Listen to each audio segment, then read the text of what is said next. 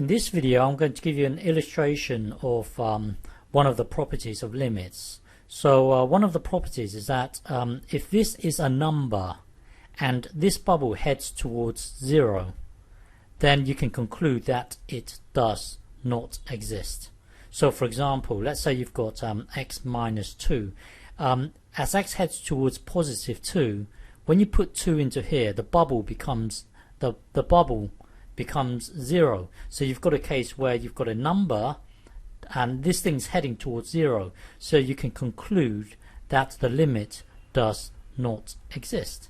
So if you have this scenario here where x minus 2, and let's say you're heading towards 5, when you put 5 into here, then you're going to have 3 over 5 take away 2, that would be 3. So here the limit does exist.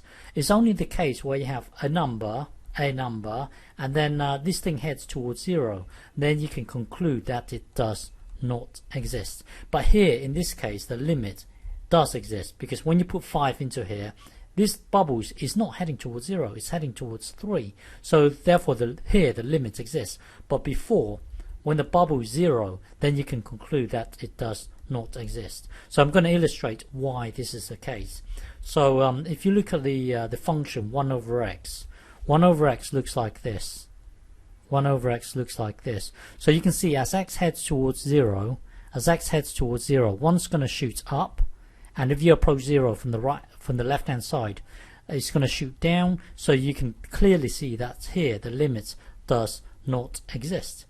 Even if you have a 7 here, so you start out with a function 1 over x. If you apply this transformation f of x, but then you stick a 7 in here, remember this squeezes the graph inwards, so it would take the exact same shape, but it's just steeper.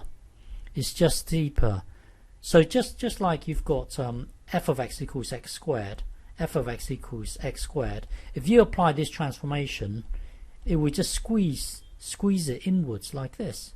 So this transformation squeezes the graph inwards. So when you look at this, well, the limit, well, one's going to shoot up still and one's going to shoot down. So you can conclude that the limit does not exist, because all you're doing is from 1 over x looks like this. When you squeeze it, it's still going to be, one's going to shoot up and one's going to shoot down.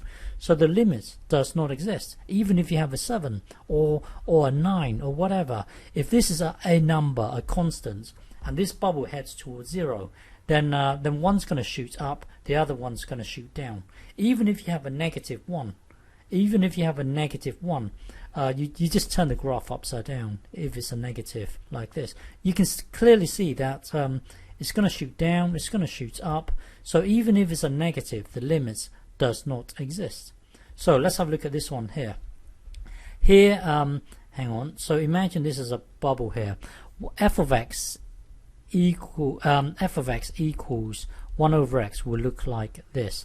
If you apply this transformation, you're just going to move the graph across by 5. So it will look like this. This is 5. You've got your vertical asymptote. The graph will look like this. So here, as x heads towards 0, here the limit does exist. Look, 0's there, and if you approach 0, all of a sudden you jump down here. So you can see that the limit is right here. Put 0 into here, you're going to have 1 over 0 take away 5 will be negative 5. So here the limit is actually negative 5. Negative 1 over 5. What I'm trying to illustrate here is that this bubble does not equal 0, because you're heading towards 0. You're heading towards 0. The bubble here actually heads towards negative 5. It doesn't head towards 0. If you look at this scenario where you're heading towards 5, so remember our graph looks like this. 5. Now if you're heading towards 5, now the bubble is heading towards 0, because look, one's going to shoot down and one's going to shoot up. So here the limit does not exist. The point here is that this is a number, a constant, and this bubble is heading towards 0.